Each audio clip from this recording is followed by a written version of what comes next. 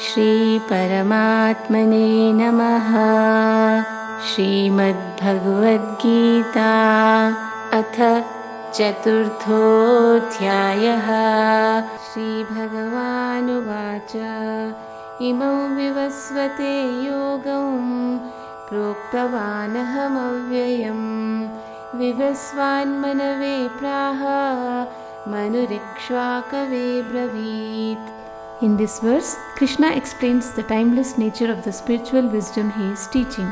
He reveals that this knowledge, called yoga, was passed down from divine beings to humans over many generations. It highlights the importance of a continuous tradition and the preservation of knowledge through teachers and disciples. This shloka shows that spiritual wisdom is eternal and not confined to any one time or place.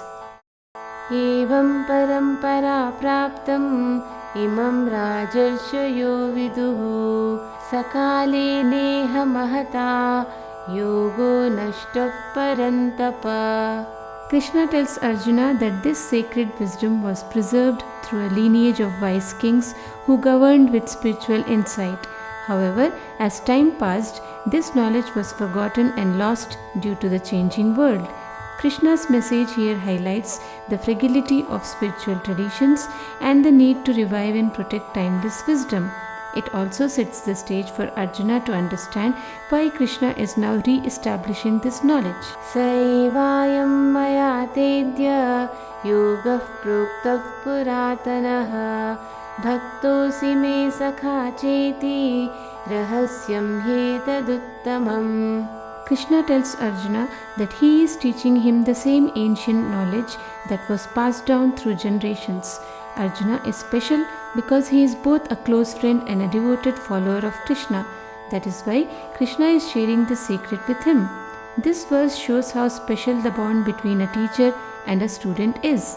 Krishna calls this knowledge a supreme secret because it is very precious and not shared with everyone. Only those who are devoted like Arjuna can truly understand it.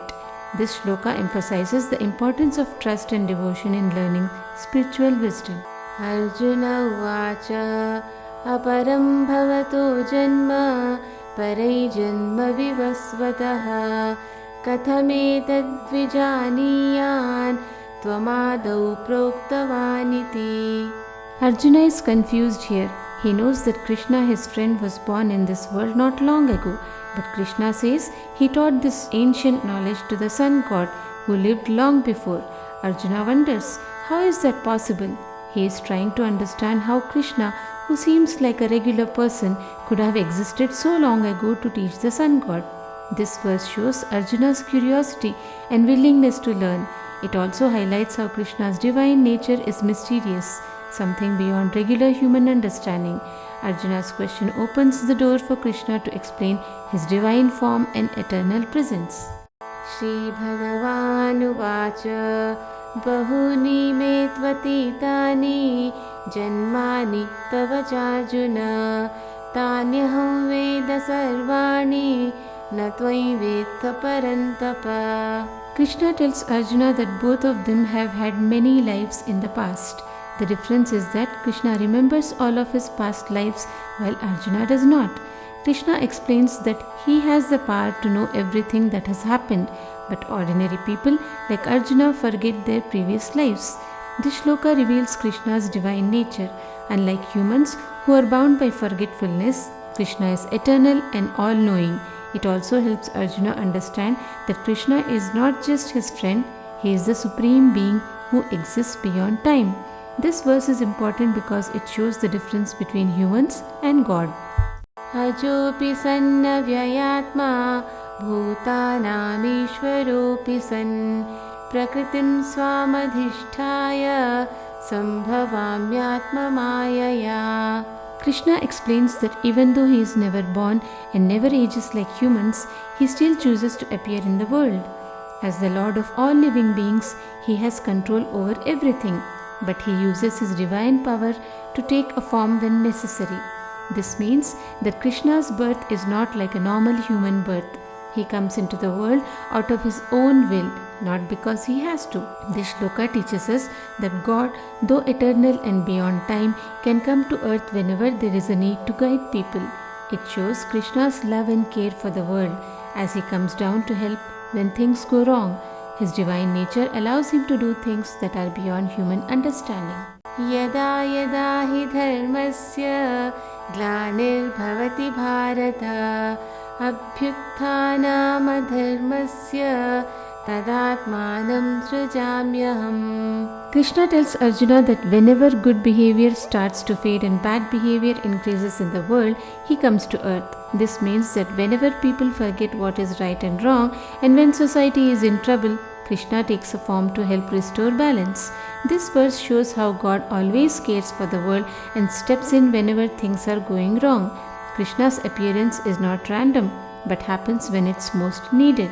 It teaches us that the divine is always watching over us and will come to protect righteousness and guide people back to the right path.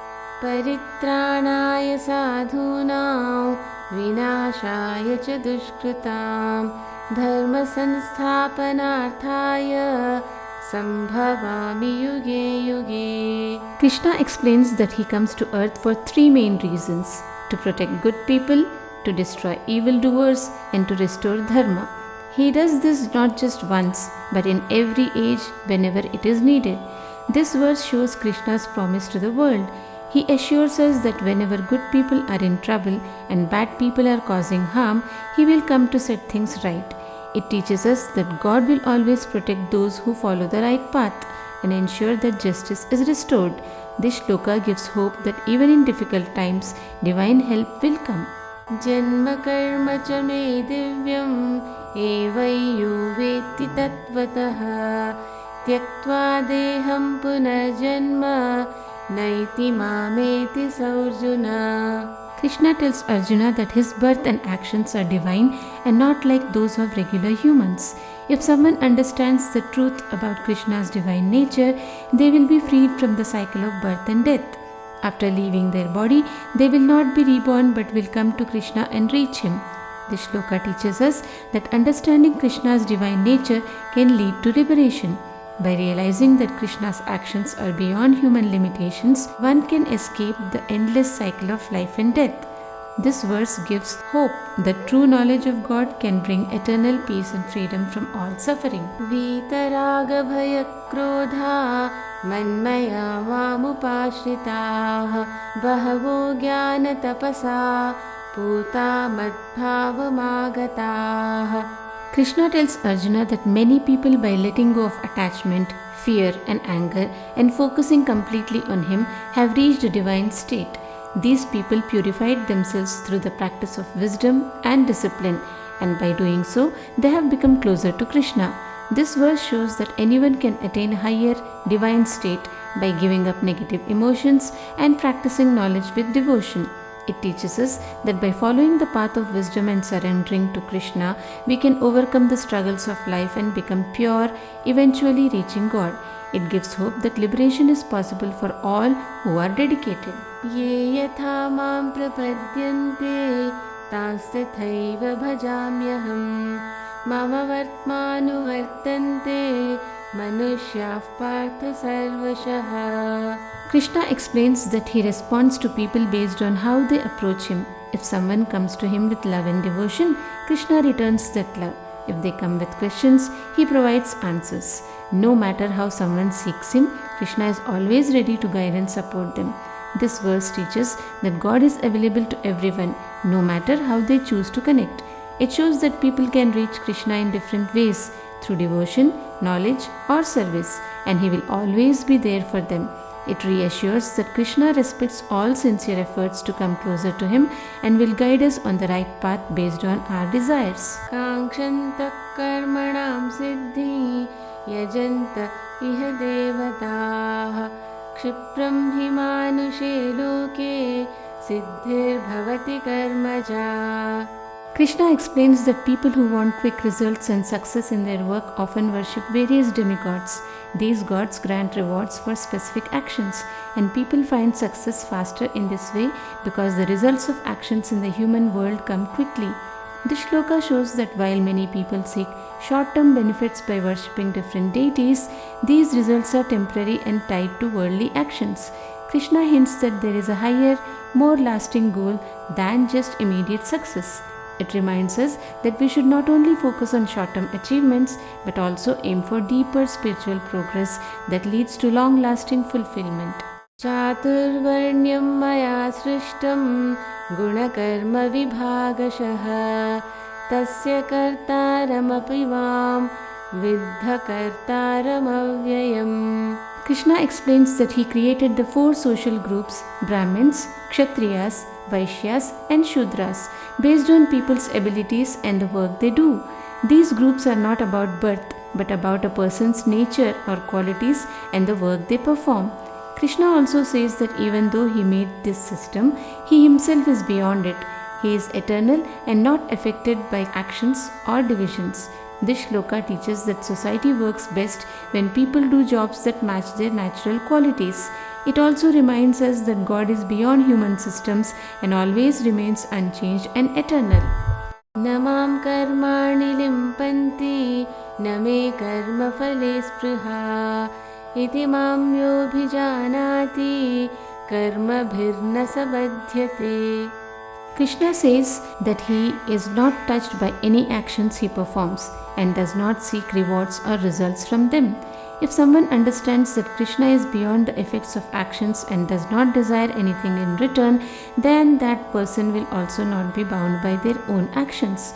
This verse teaches that if we act without attachments to the results, as Krishna does, we can achieve freedom from the cycle of birth and death. It shows that true wisdom comes from understanding that actions and their outcomes do not affect the divine. By practicing this understanding, we can live our lives with a sense of detachment and peace. Evai gyatva kritam karma purvairapi mumukshubhihi kuru karmaiva tasmatvam purvaih purvatarang kritam. Krishna tells Arjuna that wise people who understand this truth about actions and their results follow the example of the wise sages from the past. They do their duties without being attached to the outcomes.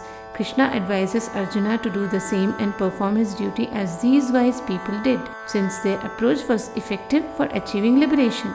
This verse encourages us to follow the example of wise individuals who acted selflessly and without attachment to the results. It teaches that by doing our duties with the right understanding, just like the sages of old, we can move towards spiritual freedom and fulfillment. Kim karma kima karmeti kavayopyatra mohitaah tatte karma pravakshyami yajgyatva mokshase shubhat. Krishna acknowledges that even wise people can get confused about what constitutes action and what does not. He promises to explain the true nature of action to Arjuna. By understanding this, Arjuna will be able to overcome confusion and free himself from negativity and impurities. This verse shows that understanding the true nature of action is key to overcoming doubts and achieving spiritual purity. Krishna is ready to guide Arjuna through this understanding, which will help him make the right choices and reach a higher state of being. Karmano yapi bodhavyam bodhavyam chakvi karmanaha akarmanascha bodhavyam gahana karmano gatihi. Krishna says that it is important to understand what true action is, what is not action, and what actions are forbidden. The way actions work and their effects can be very complicated. This verse teaches us that knowing how to act correctly is not always simple. It requires careful understanding of what actions are right, wrong, or neutral. Krishna emphasizes that the nature of action is complex and requires deep knowledge to navigate properly. Karmanya karmaya pashyet akarmani cha karmayah sabuddhiman manusyeshu sayukta krutna karma krit. Krishna explains that someone who understands that even when they seem to be doing nothing, they are actually still acting, and vice versa is very wise. This person sees beyond the surface of actions and inactions. Such wisdom means they handle all their duties correctly and are well disciplined. This verse teaches us that true wisdom comes from understanding the deeper meaning behind actions and non-actions. A person who grasps this complex idea can perform their duties perfectly without being attached to the results. It shows that wisdom involves seeing beyond appearances and understanding the essence of one's actions. Yasya sarve samarambha kama sankalpa varjita Gyanadnidagdha karmanan tamahu panditam buddha. Krishna says that wise people are those who do their work without any selfish desires and who have used their knowledge to understand that actions are not just about personal gain. Such people are seen as truly wise because they act without attachments to results, and their understanding has purified their actions. This verse highlights that true wisdom involves acting selflessly and using knowledge to guide one's actions. It teaches that by removing personal desires and focusing on understanding, a person can perform their duties in a pure and enlightened way. Tyaktva karma phala sangan nitya trupto nirashrayah karmanyabhipravrittopi naiva kinchit karoti saha. Krishna explains that a person who does their work without being attached to the results and who is always content and self-reliant is truly wise. Even if this person is busy with their duties, they are not affected by their actions because they do not seek rewards. This verse teaches that true freedom comes from acting selflessly and without attachment to the results. Such a person performs their duties but remains unaffected by success or failure.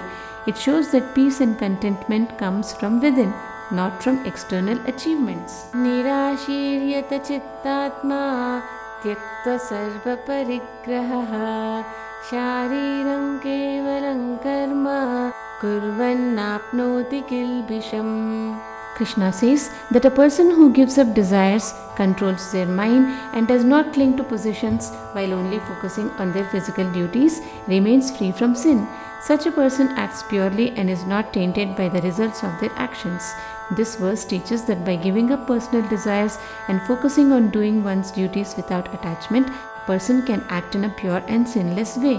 It emphasizes that true purity comes from the inner state of mind and the renunciation of material attachments while fulfilling one's responsibilities. Adricchalabha santushto dvandvatito vimatsaraha samasiddhava siddhau cha kritvapi nanibadhyate. Krishna describes a person who is happy with whatever they get by chance and is not disturbed by life's ups and downs. This person is free from jealousy and treats success and failure equally. Such a person is not bound by the results of their actions. This verse teaches that true peace comes from being content with whatever comes our way and remaining unaffected by the dualities of life, like success and failure. It shows that a balanced mind and freedom from envy can lead to liberation from the effects of actions. Gata sangasya muktasya jnanavasthita chetasaha yajnaya charatah karma samagram praviliyate.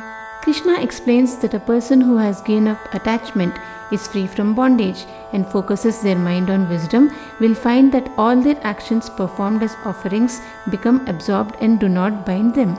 This verse teaches that actions done with the intention of selflessness and offering rather than for personal gain will not lead to bondage.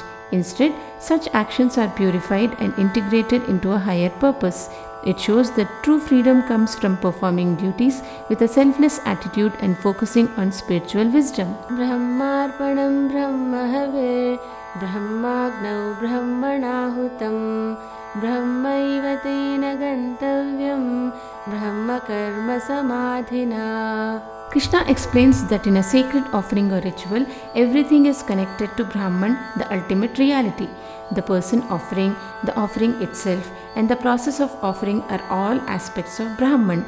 Ultimately, the goal of such actions is to reach or unite with the Brahman. This verse teaches that when we perform actions with a deep understanding of the divine, everything involved in the action becomes sacred. It shows that spiritual practices are not just about the actions themselves, but about the realization of the divine presence in every aspect of the process. The ultimate aim is to reach a higher state of unity with the divine. दैवमेवापरे यज्ञै योगिनः पर्युपासते ब्रह्माज्ञावपरे यज्ञै यज्ञेनैवोपजुह्यति. Krishna explains that different people practice sacrifices in different ways. Some yogis offer their sacrifices to divine beings, while others perform their sacrifices by dedicating them to the ultimate reality Brahman. This verse shows that there are various paths to spiritual practice. One way is to make offerings to the gods and goddesses, while another way is to focus on the ultimate divine principle itself. Both methods are valid and lead to spiritual growth, depending on the individual's understanding and approach. Shrotraadinindriyanyanye संयमाग्निषु जुह्यति शब्दादीन् विषयान्यन्य इन्द्रियाग्निषु जुह्यति. Krishna describes different types of sacrifices. Some people discipline their senses, like hearing and seeing, as a form of offering. Others focus on controlling their desires for sensory pleasures, like sounds and sights, as their offering. This verse shows that there are many ways to practice self-discipline. Some people focus on controlling their senses themselves, while others focus on controlling the desires for sensory experiences. Both approaches are important for spiritual growth and self-mastery. Sarvani indriya karmani prana karmani chapare atma sanyama yogagnau juhyati jnana deepite. Krishna explains that some people offer all their sensory actions and life activities into a fire of self-control guided by knowledge. This means they use their understanding to discipline their senses and actions, treating their self-discipline as a form of offering. This verse teaches that self-discipline and control of one's senses, fueled by wisdom, are important practices in spiritual growth. By using knowledge to guide and purify their actions, individuals make their daily activities a form of spiritual offering.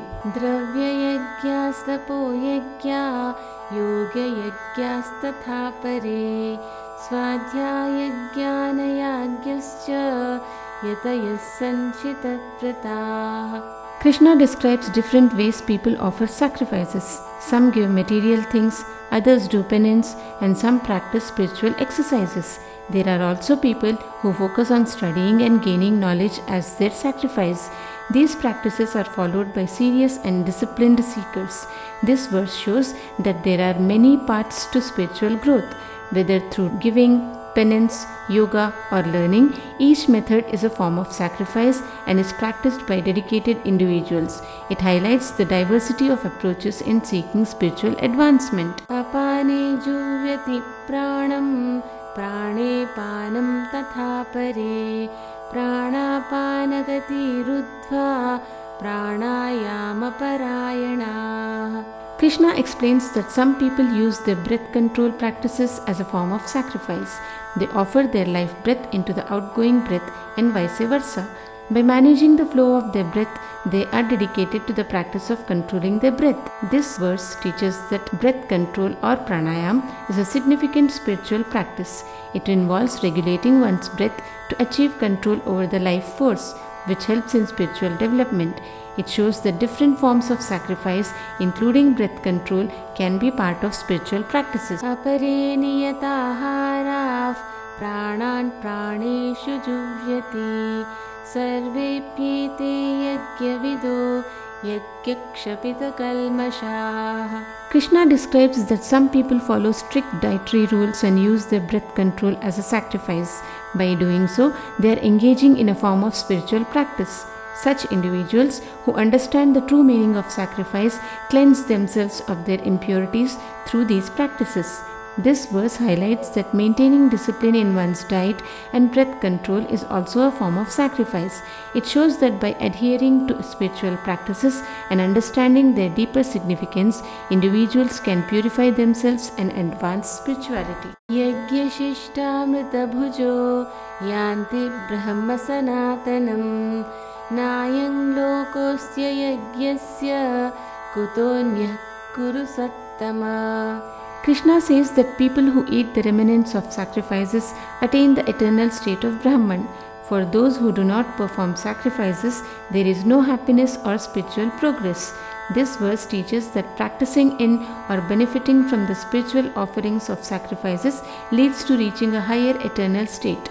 Krishna emphasizes that performing sacrifices is essential for spiritual well-being and that without them one cannot find true happiness or fulfillment. Evam bahuvidha yajna vitata brahmano mukhe karmajan vidhitan sarvan evai gyatva vimokshase. Krishna explains that there are many types of sacrifices mentioned in the Vedas and they are all connected to different forms of actions. By understanding these sacrifices and their significance, you will achieve spiritual freedom. This verse teaches that recognizing and practicing the different forms of sacrifices helps one understand their role in spiritual growth. By knowing and performing these actions correctly, a person can attain liberation or freedom from the cycle of birth and death. Shreyan dravyamayadyajyaj Gyanayajyah parantapa Sarvam karmakhilam partha Gyane parisamapyate. Krishna tells Arjuna that sacrifices involving material things are not as beneficial as sacrifices made with knowledge. All actions eventually lead to or are completed by understanding and wisdom. This verse emphasizes that while material sacrifices are important, gaining knowledge is even more valuable. True spiritual progress comes from understanding and wisdom, which ultimately guide all actions to their highest purpose. Tadvidhi pranipatena pariprashnena sevaya upadekshanti te jnanai Jnaninastatvadarshinaha. Krishna explains that to gain true knowledge, you should approach a wise teacher with respect, ask thoughtful questions and serve them. Such a teacher who understands the truth will share their wisdom with you. This verse teaches that gaining wisdom requires a respectful attitude and willingness to learn. By serving and inquiring respectfully from knowledgeable people, one can acquire deep understanding and spiritual insight. Yajgyatva na punarmoham evai yasyasi pandava yena bhutanyasheshena drakshasyatmanyatho mayi. Krishna assures Arjuna that once he gains this knowledge, he will not be confused anymore. With this understanding, Arjuna will be able to see that all beings are part of himself and of Krishna. This verse teaches that true knowledge leads to a clear understanding of the unity of all beings. It helps remove confusion and allows one to see the interconnectedness of all life with the divine presence. Api chedasi papebhyas sarvebhyah papakrittamaha sarvai jnanaplavenaiva vrijinam santarishyasi. Krishna assures Arjuna that even if someone has committed the worst sins, they can overcome all their sins by gaining knowledge. Knowledge acts like a raft that helps cross the ocean of sins. This verse teaches that no matter how great one's past mistakes may be, acquiring wisdom and understanding can lead to overcoming them. Knowledge is powerful and purifying, capable of removing even the deepest of faults and leading one to liberation. Yathaidhansi samidhognir bhasmasat kurute Arjuna Gyanagnis sarvakarmani bhasmasat kurute tatha. Krishna explains that just as a strong fire turns wood into ashes, the fire of knowledge burns away all the results of actions. This means that wisdom can completely purify and eliminate the effects of all deeds. This verse teaches that acquiring true knowledge is like a powerful fire that consumes all previous actions, leaving nothing behind. Knowledge has the ability to cleanse and purify, overcoming the consequences of all past deeds.